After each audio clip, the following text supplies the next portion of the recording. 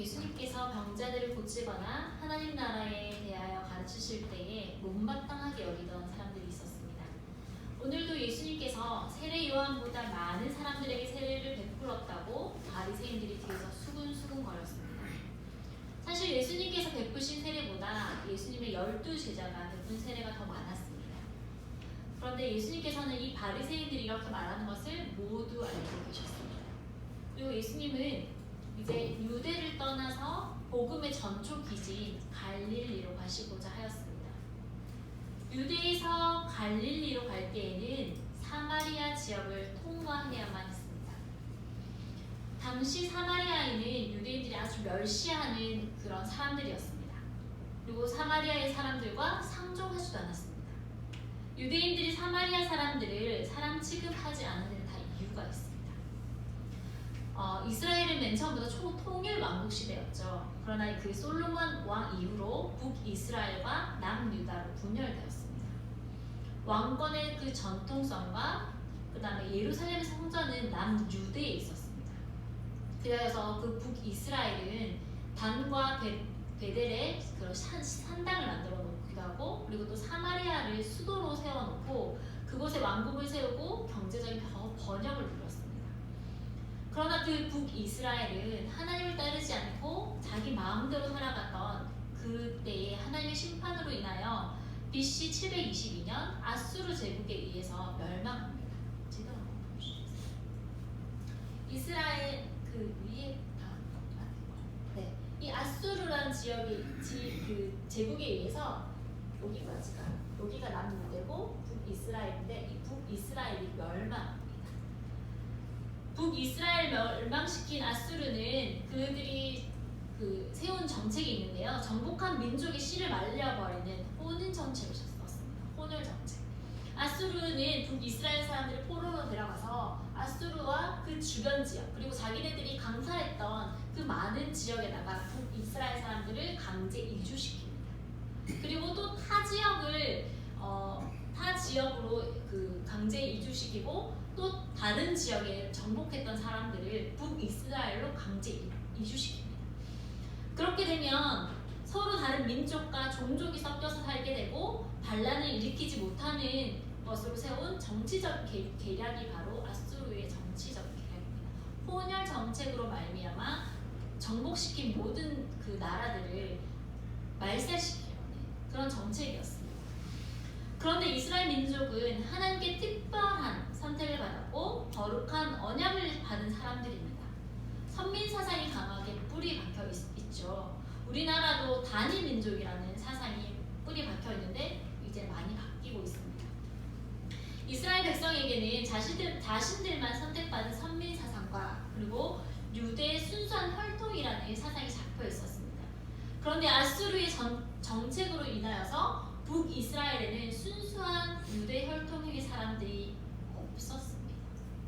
이방인과 섞여 혼혈 민족인 사람이 생겼는데 그 사람들이 바로 사마리아 사람들이었습니다. 이 사마리아 지역에 혼혈족이 몰려 이렇게 살고 있었습니다. 사마리아 사람들은 자신이 아브라함의 후손이라는 그런 민족의 정체성도 없었고, 그리고 하나님을 섬기는 백성이라는 그 종교적인 정체성도 상실되었습니다. 그렇다 보니 남유대 사람들이, 특별히 이 유대 사람들이 사마리아 사람들을 경멸했습니다. 순수한 혈통을 지닌 유대인들은 남쪽 유대 왕국뿐이었습니다. 순수 혈통 유대인들은 혼혈 민족인 사마리아 사람들을 짐승치게 했습니다. 그리고 멸시하였습니다. 또한 유대인들은 예루살렘 성전을 중심으로 하나님을 섬겼지만 사마리아 사람들은 종교적으로 산당을 놓고, 그리고 그들은 그리심산이라는 그곳에서 종교 생활을 하였기 때문에 유대인들은 사마리아 사람들을 상종하지 않았습니다. 혼혈적인 이유도 있었고 종교적인 이유도 있었기 때문에 유대인들은 이 사마리아 사람들을 정말 짐승 취급하고 말도 하지 않고 상종하지 않았던 것입니다. 그런데 진리적으로 볼 때 유대에서 예루살렘에서 갈릴리로 가려면 사마리아를 통과할 수밖에 없었습니다. 그런데 이 유대 사람들은 사마리아인들을 개처럼 취급하였기 때문에 사마리아를 통과하지 않고 요단강을 지나 이렇게 건너서 갈릴리로 둘러서 갔습니다.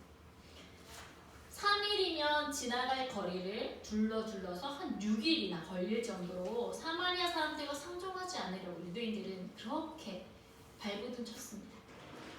그런데 오늘 예수님은 유대인들의 출입 금지 구역인 사마리아 수가성으로 들어가십니다. 길 가시다가 피곤하신 예수님은 우물 근처에 앉아서 쉬고 계셨습니다. 때는 6시쯤 되었습니다.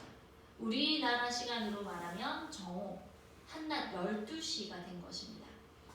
이스라엘은 건조하고 열대성 기후로 인하여서 한낮에는 뜨거운 햇빛이 내리쬐기 때문에 밖에 돌아다닐 수가 없었습니다.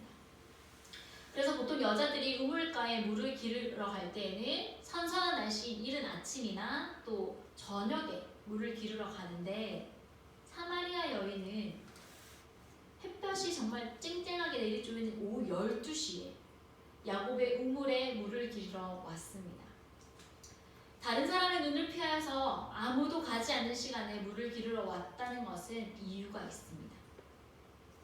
그것은 아마도 다른 사람들 앞에서 떳떳하게 살지 못했던 인생이기 때문에 다른 사람의 눈을 피하여서 아무도 없는 시간에 물을 기르러 왔습니다. 뜨거운 태양빛보다 다른 사람들의 시선이 더 뜨거웠던 모양입니다. 그래야 아무도 가지 않는 시간에 우물에 물을 기르러 갔습니다.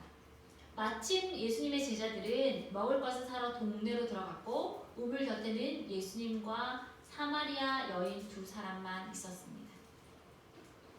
예수님을 물을 기르러 온 사마리아 여인에게 물 좀 달라라고 말씀하십니다. 그러자 사마리아 여인이 당신은 유대 사람인데 어떻게 사마리아, 그것도 여자인 나에게 물을 달라고 하십니까? 라고 오히려 반문합니다. 이것은 당시 유대인이 사마리아인을 상종하지 않았기 때문에 유대인인 예수님께서 사마리아 여인에게 말하는 것조차 이상한 행동이었습니다.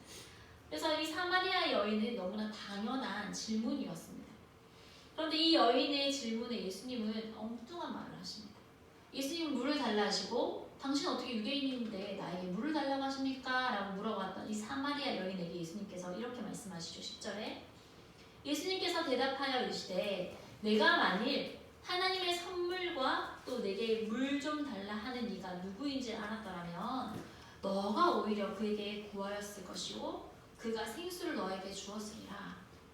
이 말은 무엇이냐면 사마리아 여인아, 물을 달라 하는 이 내가 예수님이 누군지 너가 알았더라면 너가 오히려 나에게 물을 달라고 하였을 거야. 그러면 내가 너에게 생수를 줄 거야 라고 말씀하십니다.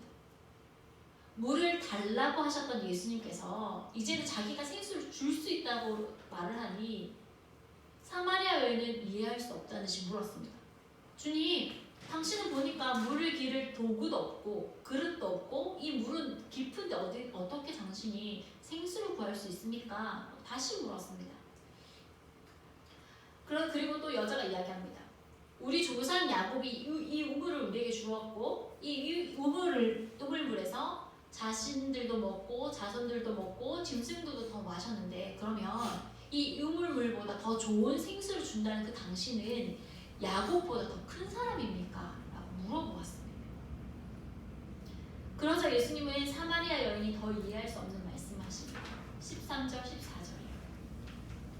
예수께서 대답하여 이르시되 이 물을 마시는 자마다 다시 목마르려니와 내가 주는 물을 마시는 자는 영원히 목마르지 아니하리니 내가 주는 물은 그 속에서 영생하도록 솟아나는 생물이니라.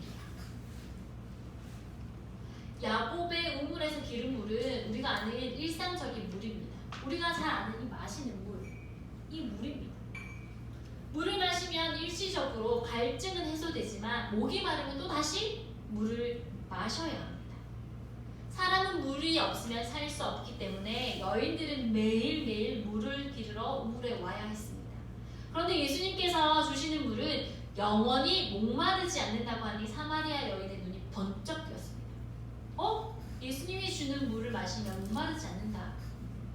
그러면 내가 우물물에 물을 기르러 올 필요가 없다. 어떤 좀 반가운 적이었습니다. 사마리아 여인은 그런 물을 마시고 싶었습니다. 이 여인은 세상적인 물을 마시고 또 마셨지만 그 물은 자신의 근본적인 갈증을 해소시켜 줄 수 없었기 때문에 예수님이 말하는 그 영원히 목마르지 아니하는 그 생수를 얻어 마시고 싶었습니다. 처음에는 예수님께서 엉뚱한 말씀하시네. 나에게 생수를 달라고 하더니, 나에게 물을 달라고 하더니 자신이 생수를 준다고?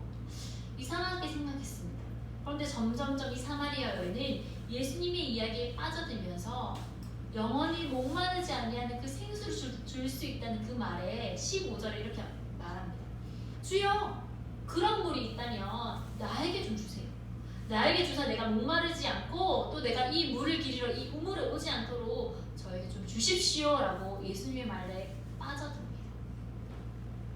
사마리아 여인은 예수님이 하시는 말씀을 처음부터 이해하지 못합니다. 예수님은 우물가 곁에서 물을 기르러 온 여인에게 일상적인 물, 우리가 잘 아는 물을 가지고 말을 건넸습니다. 물 좀 주십시오 라고 말을 건넸죠. 그리고 물을 달라고 하는 예수님께 사마리아 여인도 순순히 물을 주지 않고 왜 나에게 물을 달라고 하십니까? 라고 물어봅니다. 그리고 이 대화를 계속 이어서 나가죠. 그러자 예수님은 일상적인 물에서 이제 영적인 생수, 목마르지 아니하는 생수로 대화를 이끌어 가십니다. 사마리아 여인은 육적인 물에서 영적인 생수로 깊은 차원의 대화로 이끌어 가시는 예수님의 말씀을 이해하지 못하지만 영적인 그 갈증이 있기 때문에 나도 그 생수를 마시고 싶습니다. 저에게 그 생수를 주십시오라고 무의식적으로 내뱉습니다. 그때 예수님은 생수를 달라고 하는 여인에게 또 엉뚱한 소리를 하십니다. 가서 내 남편을 불러와라. 예수님 물 주십시오라고 이야기했는데 이번에는 내 남편을 불러와라 라고 말씀하십니다. 예수님께서 물 이야기하시다가 갑자기 남편의 이야기로 대화 주제를 확 바꾸십니다. 처음 온 유대 남자가 말을 건 것도 이상한데 이제는 남편을 데리고 오라고 하니 사마리아 여인은 너무나 당혹스러웠습니다. 그리고 이 여인은 이렇게 대답합니다. 저는 남편이 없습니다. 그랬더니 예수님께서 말씀하시죠. 그래, 너가 남편이 없다고 하는 말이 옳다. 너에게 남편 5이나 있었고 지금 있는 그 남편도 너의 남편이 아니다. 너가 하는 말이 참 맞다 라고 말씀하십니다. 이 말을 들은 사마리아 여인은 깜짝 놀랍니다. 자신의 과거의 일뿐만 아니라 현재의 상황까지 꿰뚫어 보시는 예수님 앞에 자신이 숨기고 싶었던 그 비밀이 드러났습니다. 사마리아 여인에게는 과거에 남편이 5이나 있었고 지금도 남편이 있지만 이 남편마저도 남편으로 여길 수 없는 그런 사람이었습니다. 그러니 남편이 있어도 없다라고 대답했습니다. 이 여인에게는 남편이 육적인 물과 같은 존재였습니다. 목이 말라서 물을 마시고 또 마셨습니다. 남편이 하나로는 부족해서 둘째, 셋째, 넷째 5명이나 갈아치울 정도로 이 사람 저 사람에게 기대어 보았지만 그러면 그럴수록 갈증만 더 심해졌습니다. 사마리아 여인은 남편으로 만족을 얻고자 하지만 가면 갈수록 허기만 더 심해졌습니다. 참 만족이 없었습니다. 그리하여서 예수님께서 주신다는 영원히 목마르지 아니하는 생수에 두 귀가 쫑긋해졌습니다. 그리고 이 예수님은 내가 남편이나 5이나 있었고 숨기고 싶었던 비밀을 다 알고 계셨습니다. 여인은 예수님이 보통 사람이 아니구나 라고 눈치채고 아 주님 당신은 내가 보니 선지자이십니다 라고 이야기합니다. 그제서야 이 여인은 예수님이 어떤 분인지 조금씩 알게 되었습니다. 대화의 주제가 처음에는 마시는 물에서 우물물에서 그리고 생수로 넘어갑니다. 그리고 생수에서 사마리아 여인의 남편의 이야기로 발전되다가 드디어 사마리아 여인은 자신이 물어보고 싶은 핵심 질문을 이제 던집니다. 20절이요. 예수님께 이렇게 물어봅니다. 우리 조상들은 이 산에서 예배하였는데 당신들의 말은 예배할 곳이 예루살렘에 있다 하더이다 라고 물어봅니다. 사마리아 여인은 그동안 천대받고 무시당하는 사마리아인으로서의 삶이 너무나 지쳤습니다. 그뿐만 아니라 남편을 통해서 자기가 만족을 얻고자 하였지만 많은 남편이 있었음에도 불구하고 자기 자신을 참으로 만족시켜주지 못하였습니다. 더 이상 어디에도 소망이 없었을 그때에 하나님 앞에 진정으로 예배드리고 싶은 욕구가 일어났습니다. 그리고 예수님이 선지자라는 것을 눈치챈 여인은 이렇게 묻습니다. 우리 조상들은 이 그리심산에서 예배 드려야 한다고 하고 유대인들은 예루살렘에서 예배를 드려야 한다고 하는데 그러면 도대체 어디 가서 예배를 드려야 합니까? 라고 묻습니다. 이제서야 사마리아 여인은 예수님과 바른 대화의 구도로 들어갑니다. 두 사람의 대화는 마침내 예배의 문제로 나아가게 되었습니다. 예수님께서는 길게 설명하시죠. 21절부터 24절까지 설명하시는데요. 이 예배에 대한 중요한 말씀입니다. 우리가 마음속으로 좀 긴 절이지만 마음속으로 읽겠습니다. 제가 대표로 읽을게요. 예수께서 이르시되 여자여 내 말을 믿으라. 이 산에서도 말고 예루살렘에서도 말고 너희가 아버지께 예배할 때가 이르리라. 너희는 알지 못하는 것을 예배하고 우리는 아는 것을 예배하노니 이는 구원이 유대인에게서 나니라. 아버지께 참되게 예배하는 자들은 영과 진리로 예배할 때가 오나니 곧 이때라. 아버지께서는 자기에게 이렇게 예배하는 자들을 찾으시느니라. 하나님은 영이시니 예배하는 자가 영과 진리로 예배할지니라. 24절 말씀 우리가 잘 아는 말씀이죠. 하나님은 영이시니 예배하는 자가 영과 진리로 예배할지니라. 개역개정 이전 버전에는 상당히 버전에는 하나님은 영이시니 예배하는 자가 신령과 진정으로 예배할지니라 라고 얘기합니다. 신령하면 어떤 느낌이세요? 어떤 뜻인 것 같으세요? 뭔가 신비로운 분위기에서 성령 하나님이 임재하는 그 느낌에서 신령으로 정말 영적인 그 느낌으로 예배를 드려야 되고 진정으로는 어떻게 드려야 될까요? 거짓이 없고 진실한 마음으로 정말 마음을 다하여 하나님께 예배드린다라고 많은 사람들이 생각하고 이렇게 해석합니다. 그런데 이 신령과 진정이라는 단어보다는 오늘 우리가 읽었던 그 개역 개정의 그 번역이 더 좋은데요. 하나님은 영이시니 예배하는 자가 영과 진리로 예배할지라. 영과 진리. 그럼 영은 무엇입니까? 영 하면 또 성령님이 생각나지 않습니까? 눈에 보이지 않고 뭔가 희비하거나 우리 마음을 이렇게 조장하거나 움직이는 그 성령님을 떠오르고 해석하는 경우가 많은데 여기서 영은 홀리 스피릿, 그 스피릿이라고 말하는 성령을 말하는 것이 아니라 삼위 하나님으로 해석해야 합니다. 하나님은 눈에 보이지 않는 영이십니다. 그렇죠? 그리고 하나님은 태초부터 성부, 성자, 성령, 삼위일체의 하나님으로 존재하시는 분이심을 우리가 잊지 말아야 합니다. 그리하여서 이 영이라고 한다면 영과 진리라고 말한다면 이 영은 하나님을 뜻합니다. 삼위 하나님. 하나님은 영이시니 예배한 자가 하나님과 그 다음에 진리는 무엇일까요? 진리로 예배하라는 것입니다. 영과 진리. 우리가 진리의 말씀이라고 하잖아요. 그리고 이 진리 때문에 우리 교회 와서 예배드리고 하나님 믿잖아요. 그리고 많은 사람들이 진리를 찾기 위해서 갈구하잖아요.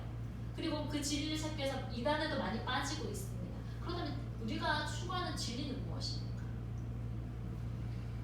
무엇이 진리인 줄 알고 이 자리에 나오셨습니까? 진리가 무엇입니까? 진리 또한 성령으로 이해하시는 분들이 많은데 성령을 또 다른 보혜사라고 이야기도 하고 진리의 영으로도 많이 이야기합니다. 지혜, 지식, 성령, 진리. 근데 성령님은 진리 자체로 온 것이 아니라 진리의 영으로 오셨습니다. 진리의 영. 이게 바로 성령님이시고 그럼 진리는 누구를 말할까요? 네, 맞습니다. 진리는 바로 예수 그리스도를 말합니다. 요한복음 8장 32절에 이런 말씀이 있습니다. 진리를 알지니 진리가 너희를 자유롭게 하리라. 진리를 알지니 진리가 너희를 자유롭게 하리라. 그럼 그 진리가 무엇이냐면 다시 한번 구체적으로 말하는데요. 요한복음 8장 36절에 이렇게 말씀합니다. 그러므로 아들이 너희를 자유롭게 하면 너희가 참으로 자유로우리라. 그러므로 아들이 예수 그리스도가 너희를 자유롭게 하면 너희가 참으로 자유로우리라. 진리는 바로 예수 그리스도이십니다. 예수를 믿어야 죄에서 자유하게 됩니다. 어떤 종교나 종교의 창시자가 진리가 될 수 없습니다. 많은 이단들이 자신이 구원자 예수라고 이야기하고 진리라고 이야기하고 거짓 선지자 행세합니다. 그러나 구원자는 예수님이시고 예수님이 바로 진리이십니다. 이 사실을 우리는 믿어야 되고 흔들리지 말아야 합니다. 진리는 어디에 있는 것이 아니라 바로 예수 그리스도이십니다. 하나님의 아들이신 예수 그리스도는 성부의 말씀을 가지고 육신의 몸을 가지고 이 땅에 오셨습니다. 그리고 성령님은 예수 그리스도의 영으로 하나님의 말씀을 깨닫게 하시고 하나님을 영접하도록 돕는 진리의 영이십니다. 그러므로 우리는 예수님께서 말씀하시는 그 예배가 그리심산이냐 예루살렘 성전이냐의 그 장소의 문제가 중요하지 않다라고 오늘 말씀하십니다. 하나님 아버지께 예배하는 자들은 영과 진리, 하나님과 예수 그리스도의 말씀 안에서 예배해야 함을 강조하고 있습니다. 하나님은 영이시니 영과 하나님과 진리로 예수 그리스도의 말씀으로 예배하라고 말씀하십니다. 하나님께서는 이렇게 예배하는 자들을 찾고 계신다라고 말씀하십니다.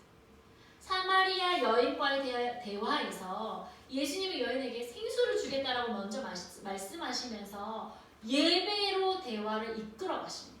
그렇죠? 물 가지고 이야기하셨다가 생수를 이야기하셨다가 너의 그 결점이 무엇이냐? 너의 그 갈급함이 무엇이냐? 너는 그 사람의 문제가 남편이었습니다. 그래서 남편을 가지고 이야기하다가 그럼 너의 그 갈급함을 가지고 어디로 나와야 하냐면 바로 예배의 자리로 나와야 된다라고 예수님께서 말씀하고 계십니다. 갈급한 심령에 생수를 부어주시는 분은 바로 하나님이시며 하나님을 예배하는 자에게 영원히 목마르지 아니하는 생명수 되시는 예수님을 통하여 영생을 주신다라고 오늘 말씀하고 계십니다. 오늘 사마리아 여인을 통하여 우리에게 있어서 영적인 물은 무엇인지 살펴보았으면 좋겠습니다. 사마리아 여인에게 있어서 육적인 물은 남편이었습니다. 남편을 잘 만나면 잘 먹고 편안하게 살 줄 알았습니다. 남편을 잘 만나면 공허한 인생에서 만족을 채워줄 줄 알았습니다. 그래야 남편을 5명이나 만났습니다. 그렇지만 자신의 갈급함을 채워줄 수가 없었습니다. 현재 있는 남편 또한 자신을 만족시켜주지 못했습니다. 그래서 사마리아 여인은 예수님을 만나 하나님을 만나는 그 예배의 자리로 나아옵니다. 영이신 하나님과 진리의 말씀이신 하나님을 만나는 그 예배의 자리로 나아오라고 예수님께서 말씀하고 계십니다. 그렇다면 여러분들에게 있어서 육적인 물은 무엇입니까? 사마리아 여인에게 있어서 육적인 물은 남편이었습니다. 그렇다면 여러분에게 있어서 육적인 물은 무엇입니까?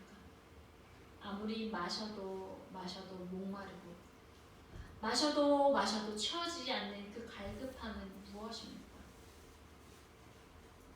오늘 예수님께서는 여러분들에게 영원히 목마르지 않는 생수로 나오라고 말씀하십니다. 그것은 바로 예배의 자리이며 하나님을 만나는 자리입니다. 코로나19로 한국교회 예배의 형태가 급속도로 변했습니다. 몇 주 사이에. 많은 교회를 자랑하던 그 대형 교회는 더 이상 문을 열어 마음껏 예배할 수 없는 현실이 되었습니다. 함께 모여 예배하는 것이 얼마나 소중한 것인가를 깨닫게 되는 시간이 되었습니다. 한 장소에 모여서 삼위일체 하나님을 예배하는 공동체가 바로 교회입니다.